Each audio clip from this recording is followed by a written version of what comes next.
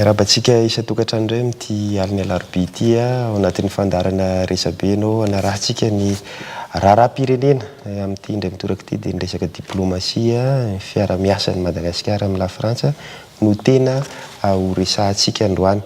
Izay indrindra moa no nanasana ny maso ivoan'ny la Frantsa ramatoa Véronique Voulanieny izay ambasadôrin'ny Frantsa miasa somonina eto Madagasikara. Tia voalohany dia ampatsahiviko hatrany fa dia amin'ny teny frantsay no anarahantsika mifandarana fa dia asiana dikateny zany eny amin'ny ambanin'ny fahitalavitra eo zany no hitanareo ny dikateny izay dikateny mitovy amin'ny fifampiresana mandritra ny fandarana androany izay ary fa ivadika avy hatrany amin'ny teny frantsay tsika nomboana ny fandarana.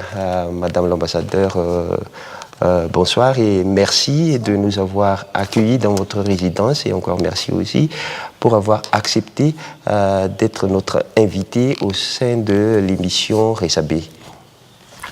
Écoutez, c'est toujours un plaisir d'être avec vous et d'échanger. D'accord. Donc nous allons rentrer immédiatement dans le vif du sujet sur la coopération entre Madagascar et la France. Ces derniers temps, ces dernières années, la présence française a été plus que jamais importante sur le plan politique et diplomatique, voire aussi économique. Et depuis l'accession au pouvoir du nouveau régime, on sent aussi cette présence importante française. Est-ce qu'on peut considérer cette présence comme une continuité ou un nouvel élan de la coopération entre les deux pays ? Une continuité et un nouvel élan.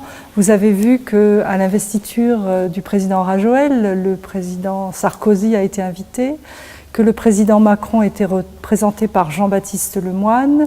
Les deux présidents se sont déjà rencontrés à Nairobi à l'occasion du One Planet Summit. Le ministre des Affaires étrangères malgache a été reçu par Jean-Yves Le Drian, notre ministre des Affaires étrangères, ainsi que par Jean-Baptiste Lemoyne. Et le président Macron a invité son homologue malgache à Paris. Donc, dans les prochaines semaines, dans les prochains mois, nous aurons également des échéances bilatérales importantes. C'est vrai qu'il y a beaucoup de similitudes finalement entre le programme de Ange Rajoel et le discours de Ouagadougou du président Macron qui donnait sa nouvelle approche du continent africain. Donc je crois que nos deux leaders ont beaucoup à se dire et beaucoup à échanger sur leur stratégie. Donc c'est effectivement très positif pour la relation bilatérale. Mmh. Et quand on parle des relations bilatérales, cet appui de la France et l'AFD est présente à Madagascar, l'Agence française de développement est présente à Madagascar depuis plusieurs années dans plusieurs projets, notamment qui touchent notamment le secteur de l'agriculture, des infrastructures, de l'urbanisme. Mais l'actuel régime entend investir davantage pour réaliser son programme de développement. Et alors, sur quel plan, sur quel domaine la France va beaucoup plus investir et concourir pour appuyer ce plan de développement? Oui. Alors, l'Agence française de développement est un opérateur français et la France a aussi d'autres outils de coopération. Il y a le service de coopération de l'ambassade, il y a des grandes institutions comme le CIRAD, l'IRD, il y a aussi la coopération décentralisée, c'est-à-dire des collectivités territoriales françaises qui viennent depuis très longtemps, des années, aider des collectivités territoriales malgaches. Et c'est un aspect moins connu mais très efficace et très utile, surtout dans la perspective de décentralisation prônée par le président Rajoel. Alors, les sujets sur lesquels nous allons porter plus particulièrement l'accent, ce sera, le président Rajoel l'a souhaité, la sécurité, mais aussi l'alimentation, la sécurité alimentaire et l'éducation, parce que c'est un sujet sur lequel la France a peut-être davantage de leviers et de compétences pour accompagner Madagascar dans le domaine de l'éducation, de la recherche, de l'éducation, de l'enseignement supérieur. Depuis très longtemps, nous accompagnons les étudiants malgaches, nous formons des malgaches. Donc sur ce sujet-là en particulier, nous sommes présents et nous allons l'être davantage. Également dans la formation professionnelle. On s'aperçoit que les industries malgaches, pour se développer, ont besoin d'employés formés. Donc nous allons, avec l'AFD en particulier, aider la formation professionnelle, la formation des jeunes malgaches. Ce que je voudrais dire en particulier, c'est que la France, évidemment, n'est pas le seul bailleur de Madagascar. Il y en a beaucoup d'autres et nous sommes très attentifs à nous coordonner avec ces bailleurs. C'est-à-dire que Madagascar a besoin d'aide et il ne faudrait pas que cette aide se porte toujours sur les mêmes secteurs. Donc nous nous coordonnons pour que l'aide aille bien à différents partenaires, ne se chevauchent pas. Et nous, France, on essaie de nous positionner sur les sujets sur lesquels nous avons une valeur ajoutée du fait de notre relation ancienne et approfondie dans des domaines tels que, je le disais, l'éducation, mais aussi l'agriculture, par exemple, la santé, et tout ce qui concerne la sécurité alimentaire, puisque nous avons je le disais, le CIRAD, l'IRD, qui sont très en pointe sur l'accompagnement de l'agriculture depuis de nombreuses années. Quand vous dites coordonner les actions entre partenaires internationaux, effectivement, ce que nous constatons, c'est qu'il y a un engouement de partenaires dans des zones toujours les mêmes. Oui. À l'exemple, si on prend le cas du Sud, je ne vais pas prendre le cas du Sud, je vais prendre le cas, par exemple, de la région Vakuna-Kardj. Il y a pas mal de partenaires qui sont présents là-dessus, alors qu'il y a d'autres régions, toujours aussi enclavées, mais qui ne bénéficient pas de ces aides-là. Alors, il y a plusieurs raisons pour ça. On va là où on peut aider le plus facilement. Mais et avec l'AFD, on est très attentif à, par exemple, l'AFD a un programme Ville d'équilibre, c'est-à-dire elle va aider les villes en dehors de Tananarive parce qu'il faut créer des pôles de développement qui désengorgent la capitale. Ville d'équilibre.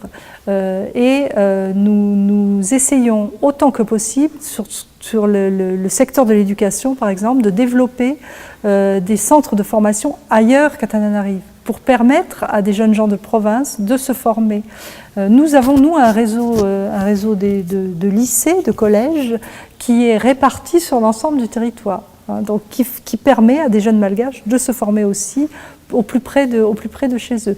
Et la coopération décentralisée, j'y insiste, mais c'est important, a des programmes d'aide et d'accompagnement, par exemple dans l'Itache pour la région Aquitaine, où elle a créé un lycée agricole, pour que les jeunes gens de l'Itache qui ne peuvent pas venir faire leurs études à Tananarive puissent le faire chez eux. Et c'est vrai aussi à Diego, c'est vrai à Tamatave, c'est vrai à Tuléar, où il y a une coopération aussi importante. Et en termes de développement, Madagascar a enregistré à peu près 6% de croissance économique en 2018. Êtes-vous optimiste au titre de cette année sur cette expansion de Madagascar? Alors c'est vrai que l'économie malgache connaît une croissance assez forte. Et c'est très, très positif, évidemment. Ça témoigne d'une activité qui est soutenue. Et on le voit à travers différents indicateurs. Seulement, le problème, c'est que cette croissance ne profite pas aux plus pauvres. C'est-à-dire que ça ne permet pas de lutter contre la pauvreté. On voit que les indicateurs de pauvreté sont toujours très élevés à Madagascar. Ce qu'il faudrait, c'est non seulement que la croissance soit élevée, mais qu'elle profite également à beaucoup plus de Malgaches que c'est le cas aujourd'hui. Et il me semble que le programme du président Rajoel cherche justement à répondre à cette anomalie, à un pays en croissance mais où la pauvreté augmente. Et nous sommes tout à fait prêts à l'accompagner sur ce chemin-là. Madagascar est toujours réputé d'être un bon élève en termes de macroéconomie. Oui, les indicateurs sont bons. Voilà, mais on reste toujours là pour vous. Est-ce qu'il y a une impulsion quelque part qui n'arrive pas à se mettre en place, ou c'est là où tous les acteurs doivent se concentrer pour y arriver à un levier pour le développement. Oui, le problème, il est bien connu, c'est qu'on n'arrive pas à diffuser la richesse. La richesse ne diffuse pas parce qu'il n'y a pas d'infrastructure, parce que les gens ne sont pas bancarisés, parce qu'ils n'ont pas accès ne serait-ce qu'à Internet. Donc, c'est un effort colossal que doit faire le pays. Et les autorités aujourd'hui s'en rendent parfaitement compte. Un effort colossal et qui doit bénéficier aussi d'une aide colossale. Alors, nous sommes tout à fait prêts à l'apporter, mais ça ne suffira pas. Et dans les ambitions du président Rajoel, il y a aussi l'ambition d'attirer les investisseurs privés. Il compte beaucoup là-dessus et il a raison. Le pays ne peut pas compter que sur l'aide internationale. Il faut qu'elle se développe à travers les entreprises. Or, vous l'avez dit, la France a été très présente dans ce domaine-là. Il y a beaucoup d'investisseurs français qui viennent. On a vu se développer les centres d'appel, par exemple. On a vu se développer de nombreux investissements français dans différents secteurs de l'économie.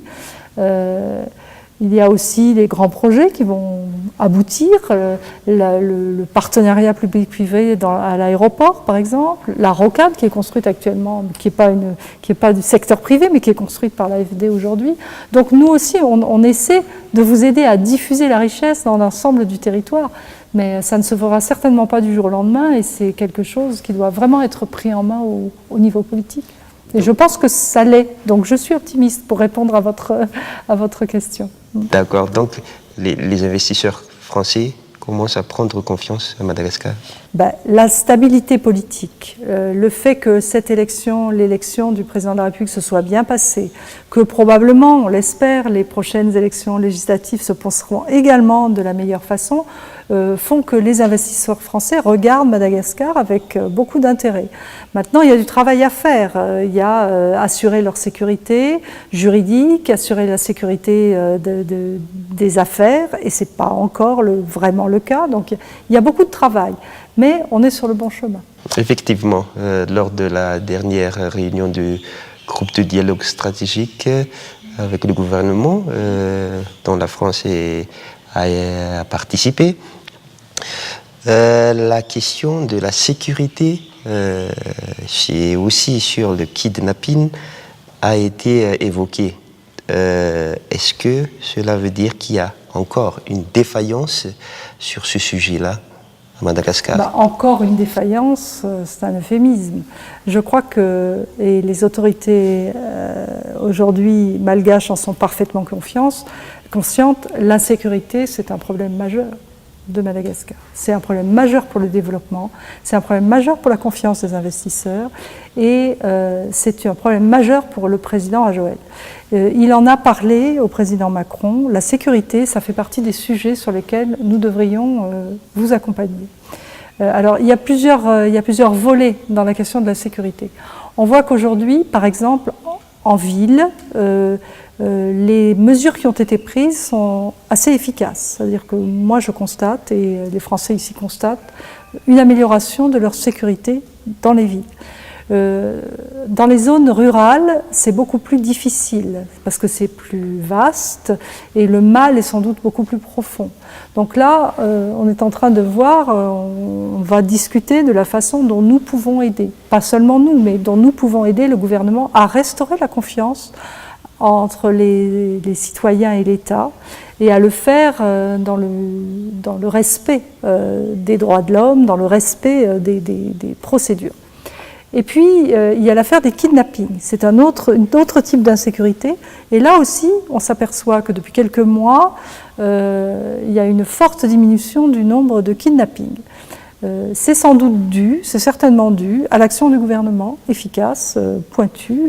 On a des suspects en prison qui n'en sortent pas. Donc, on attend maintenant que les procédures se mettent en place.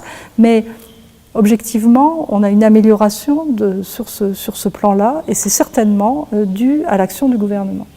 Ensuite, il y a la sécurité, par exemple, des eaux territoriales malgaches. Les deux présidents en ont parlé. Et aujourd'hui, on est en train de voir de façon très concrète comment on peut accompagner, aider Madagascar à assurer au moins à avoir connaissance de ce qui se passe dans ces eaux territoriales pour préserver ses ressources halieutiques, lutter contre les trafics qui passent par la mer. Sur tous ces sujets-là, on est en train de mettre en place une coopération. Bon, ça va prendre du temps, mais c'est déjà très opérationnel sur certains points. Sur le dossier kidnapping, il y avait je dirais une entraide judiciaire entre Madagascar et la France. Il y a pas seulement sur le kidnapping, sur tous les sujets, il y a une entraide judiciaire. Oui, et où en est-on sur ce dossier de kidnapping? Alors, sur les kidnappings, nous avions demandé aux autorités malgaches de nommer un magistrat référent, il est nommé, de créer une cellule mixte gendarmerie-police qui soit réactive quand il y avait un enlèvement, elle est créée. Maintenant, il faut qu'elle s'installe, il faut qu'elle ait des locaux, il faut qu'elle ait les moyens de travailler. Et une fois que tout sera en place, nous pourrons mettre en face de ce magistrat référent une magistrate française, celle qui est en charge des kidnappings justement, qui pourrait venir ici. Et de même, nous pourrons apporter au moins des formations, une coopération dans le domaine de la lutte anti-kidnapping. Mais c'est déjà le cas, on fait déjà des formations, il y a déjà des experts qui viennent de France pour former des Malgaches à la lutte anti-kidnapping. Mais pour l'instant, on est plutôt satisfait de la façon dont les choses évoluent. Et le régime actuel, on va toujours rester sur ce domaine-là de la justice et de la sécurité. Le régime soutient fortement actuellement les actions pour une meilleure gouvernance du pays. Toutefois, curieusement, d'anciens responsables du régime précédent sont souvent les victimes des poursuites et de ces mesures. Pour vous, y a-t-il un acharnement ou est-ce une simple procédure normale? Bon, alors on ne peut pas s'en prendre, qu'en termes de mauvaise gouvernance, on ne peut s'en prendre qu'à des gens qui ont gouverné. Donc logiquement, on s'en prend plutôt à ceux qui ont été au pouvoir auparavant. Il ne faudrait pas que l'ambition des autorités actuelles de lutter contre la corruption s'arrête à ça. Parce qu'il y a une nécessité absolue de lutter contre la corruption ici, et ça doit toucher tous ceux qui sont corrompus. Voilà. Et les autorités précédentes ont quand même mis en place tous les outils pour lutter contre la corruption. Donc c'est apporté à leur acquis.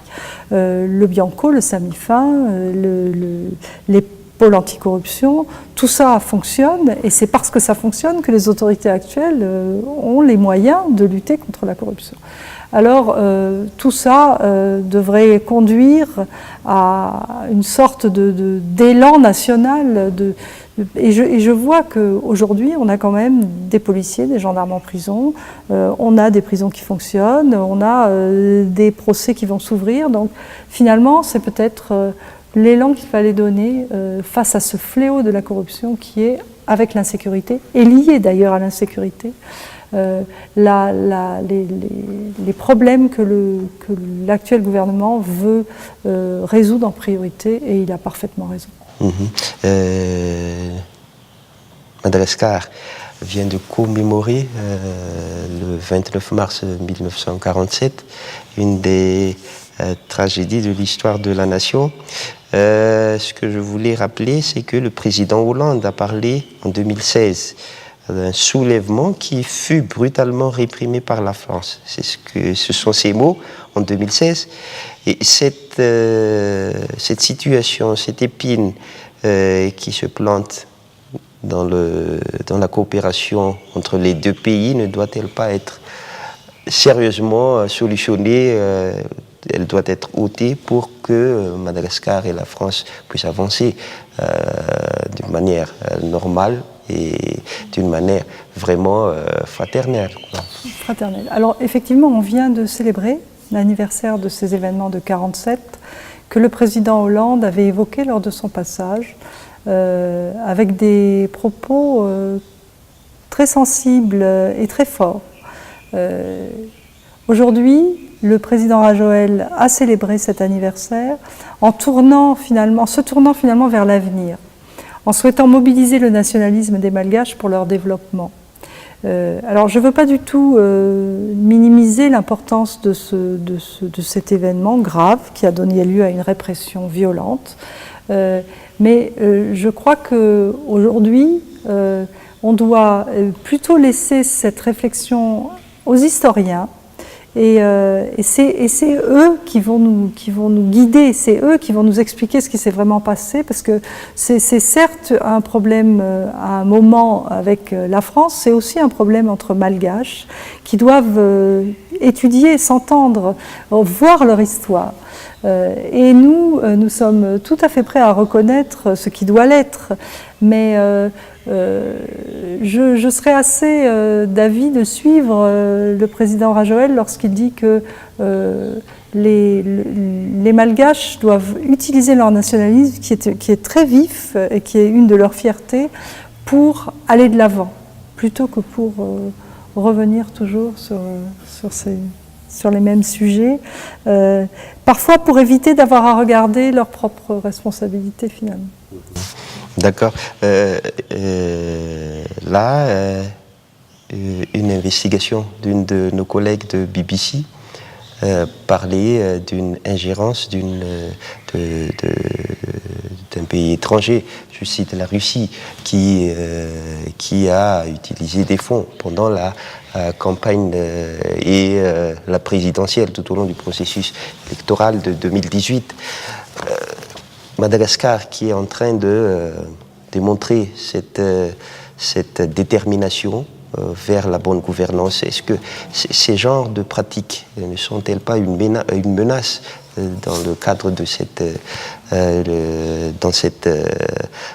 militantisme pour la bonne gouvernance? Oui, si ces pratiques sont avérées, c'est effectivement une menace pour la souveraineté.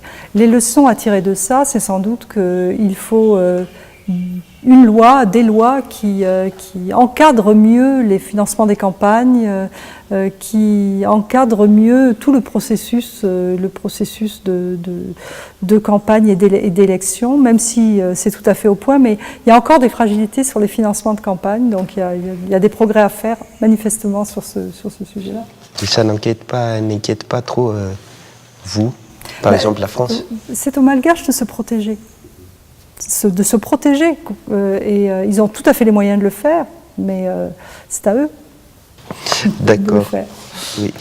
On va rentrer dans un sujet beaucoup plus vaste, dans la coopération multilatérale de Madagascar, auquel la France est toujours présente. L'Organisation internationale de la francophonie, Madagascar et la France sont deux pays membres de l'OIF.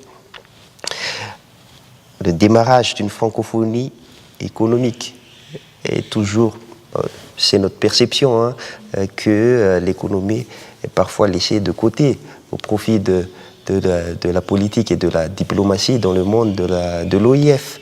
N'est-il pas temps maintenant qu'une impulsion beaucoup plus axée, beaucoup plus inclusive puisse prendre place dans cet espace où il y a 1 milliard d'habitants à peu près, c'est-à-dire 1 milliard de consommateurs qui pourrait être un avantage pour les pays membres? Alors, le volet économique de la francophonie, c'est une réalité. Et il va être développé de plus en plus. Évidemment, créer un réseau francophone des affaires, c'est l'ambition de la précédente secrétaire générale et ce sera aussi celle de l'actuelle secrétaire générale. Mais regardons les choses concrètement. Pour Madagascar, le fait d'être francophone, finalement, c'est une extraordinaire ouverture sur le monde. Aujourd'hui, je vous parlais des centres d'appel. Pourquoi les centres d'appel viennent recruter des jeunes malgaches? Parce qu'ils parlent français. Comment Madagascar va-t-il s'insérer dans le monde des affaires de son environnement immédiat? Maurice, puisque vous l'avez cité, parce que vous partagez la même langue. Donc le français, c'est un vecteur majeur et évident pour Madagascar, mais aussi pour le reste des pays qui parlent le français, de leur développement économique. D'accord. Oui. Et la secrétaire générale de l'OIF, la Rwandaise Louise Mishikiwabo, entend aussi vouloir réorienter l'OIF. Est-ce que ça va rentrer beaucoup plus dans l'économie? Est-ce que l'exemple rwandais va être projeté au sein de l'OIF. J'imagine que Mme Mukishiwabo a l'exemple rwandais en tête, c'est bien logique, et c'est d'ailleurs formidable qu'une femme africaine, rwandaise, soit maintenant à la tête de cette organisation internationale. Et elle a des idées très précises sur ce qu'elle veut faire de la francophonie, et en particulier dans ce domaine de la francophonie économique. Mais la francophonie, c'est pas seulement ça, c'est l'économie certes, mais c'est aussi tout le reste, tout ce qui permet de créer un espace commun autour de la langue. Et on souhaite bonne chance à Mme Mukishiwabo dans cette tâche difficile. Si on revient sur la déclaration de Dakar, sur la mise en place de cet espace francophone beaucoup plus économique, on revient sur la déclaration d'Antananarivo avec le thème sur le développement partagé. Voilà. Mais on a un sentiment qu'il y a toujours un frein quelque part. Même s'il y a cet engagement des pays membres qui sont déterminés, mais au fur et à mesure que ça avance, on ne ressent pas cette avancée que les dirigeants veulent réellement mettre en place. En termes économiques, je veux dire. Mais si, il existe entre le Canada et l'Afrique via l'Organisation internationale de la francophonie, il existe entre la France et l'Afrique, il existe avec le Vietnam. Pourquoi tous les États souhaitent-ils rentrer dans l'Organisation internationale de la francophonie? Précisément parce que c'est non seulement entrer dans un réseau d'unités de culture, mais aussi dans un réseau extraordinairement dynamique d'affaires. Et j'en reviens aux exemples concrets. Les chambres de commerce de l'océan Indien fonctionnent ensemble parce qu'elles peuvent se parler. La langue, c'est un vecteur majeur de l'économie. Alors vous le ressentez peut-être pas ici. C'est curieux ce que vous dites parce que moi je trouve que Madagascar est très tourné sur un espace d'affaires francophone justement et que c'est pas un hasard. Donc c'est ce qui vous porte, c'est ce qui vous permet de vous ouvrir sur le monde.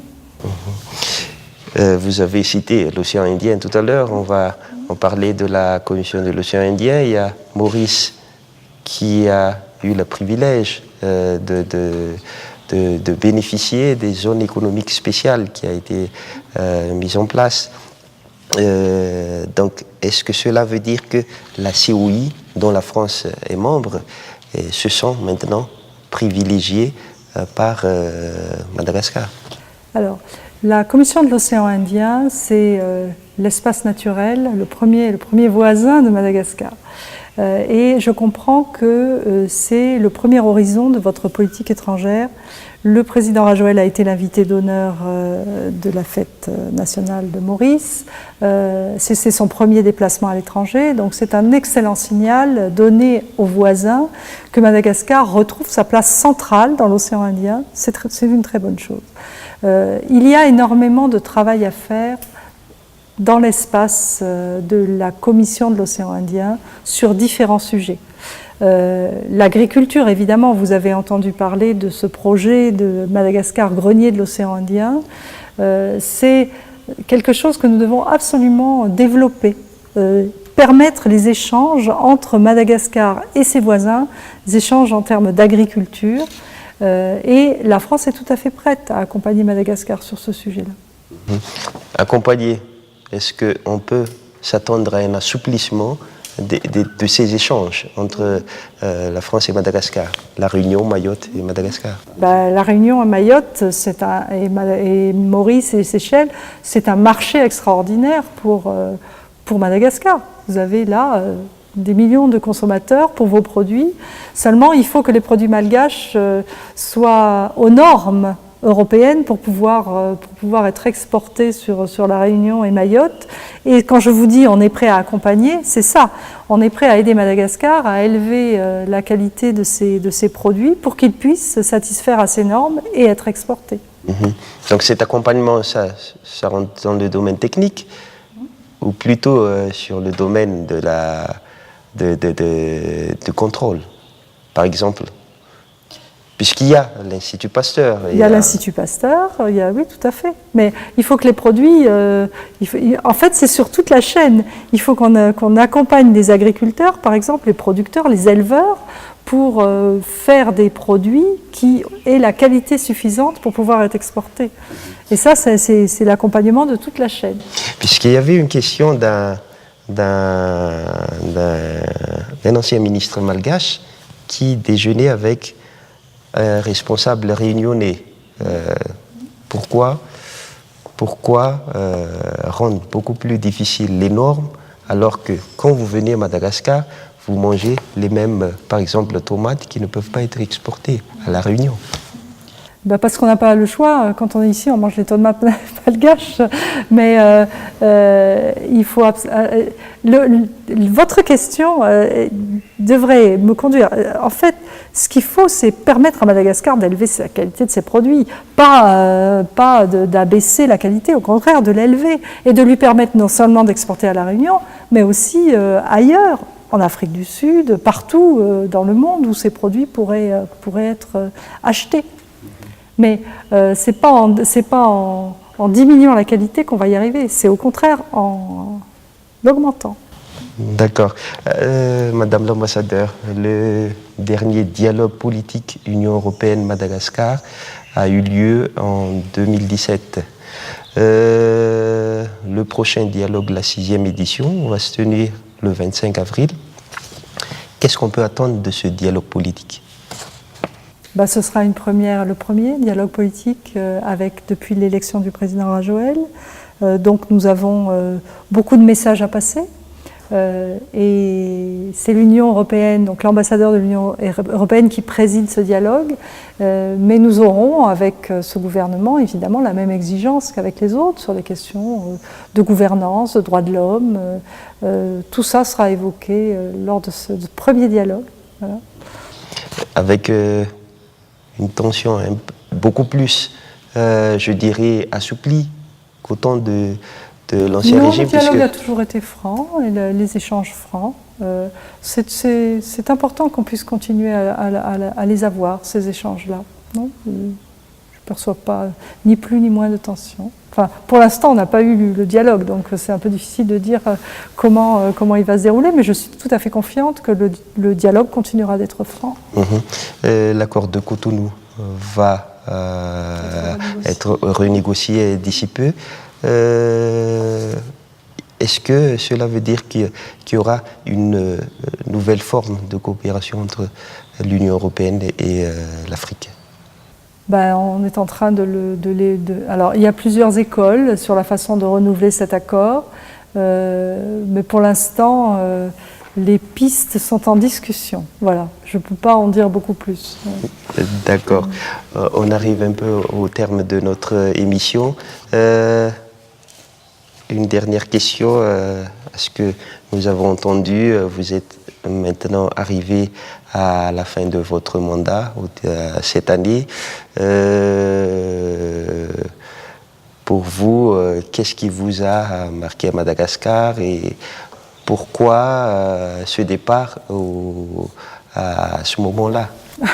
Alors, à l'été, ça fera 4 ans que je suis à Madagascar. Donc c'est une longue mission, une des plus longues d'un ambassadeur de France, je crois d'ailleurs, depuis l'indépendance. Mais c'est un terme normal, c'est le terme normal de ma mission. Ce qui m'a particulièrement marqué au cours de ce temps que j'ai passé avec vous, c'est évidemment le processus électoral qui a été un des grands enjeux de ma mission et je suis vraiment très heureuse que Madagascar ait réussi à franchir cette étape sans sombrer dans les errements du passé, donc que tout se soit passé pacifiquement, que les candidats aient joué le jeu, qu'ils aient reconnu l'élection. C'est un grand pas en avant fait pour la démocratie malgache et c'est ce que je retiendrai de cette mission à Madagascar. Qui devrait s'achever donc à l'été. Et c'est pas sans regret, évidemment, que je quitterai tous les amis que j'ai ici et cette île qui nous a beaucoup apporté, à mon mari et à moi. Juste une dernière question. Ce qui vous a beaucoup fait une vedette votre arrivée, c'était la question des îles éparses. Où en est-on maintenant de ce dossier qui a permis la mise en place d'une commission mixte entre les deux ministères des Affaires étrangères? Oui, alors effectivement, on a amorcé un dialogue sur ce sujet et on va le poursuivre, évidemment, puisque c'est un des sujets sur lesquels nous devons continuer à parler. D'accord. Merci beaucoup, Madame l'ambassadeur, et encore merci de nous avoir accueillis à votre résidence. Et je vous souhaite une bonne carrière dans votre mission. Donc maintenant, on va clore l'émission. Je vous remercie de nous avoir suivis jusqu'à la fin. Zay ihany koa no itsika mamarana hatreo ny fandarana resabe tamin'ity alina ity. Zay no manao veloma manam-peno anareo fa dia manasa anareo hatrany hanaraka hatramin'ny farany ireo fandarana vokarin'ny Fahitalavitra Mahia TV. Veloma ary tompoko.